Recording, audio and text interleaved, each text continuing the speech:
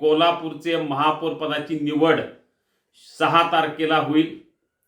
रुपाराणी निकम महापौर आणि अक्षय जरग उपमहापौर होणार हे नक्की आहे. फक्त 6 तारखेला त्याच्यावर शिक्कामोर्तब होईल. गुलाल उधळला जाईल. भाजपचा पहिला महापौर म्हणून रुपाराणी निकम यांना मान मिळेल. उद्या महापौर उपमहापौरची निवड झाल्या दुसऱ्या दिवशी विरोधी पक्ष नेता कोण हे निश्चितपणे ठरेल.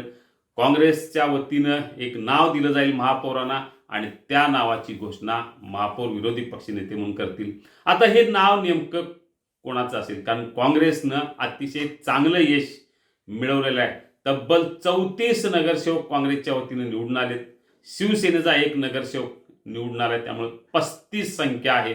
एकीकडं 46 आणि दुसरीकडं तब्बल 35 नगरसेवक आहेत.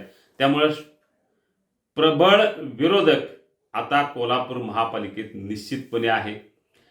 सत्ताधारी गटाला अनेक मोठ्या लढाईत आता विरोधी पक्षनेत्यांशी चर्चा करावी लागणार आहे, कारण बरेच निर्णय घ्यावे लागतात. धोरणात्मक निर्णय असू दे, आणखी काही निर्णय.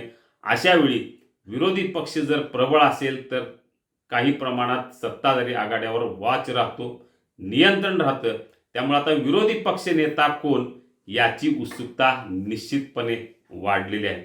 एकूण मिळालेल्या माहितीनुसार विरोधी पक्षनेता म्हणून राजू लाटकर यांचं नाव जवळजवळ निश्चित होण्याची चिन्ह आहेत.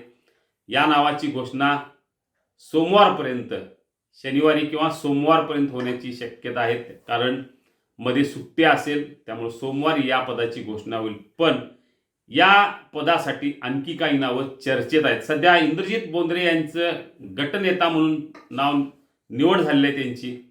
त्यामुळं प्रताप जाधव सरकार यांचंही नाव या पदासाठी पुढे येऊ शकतं.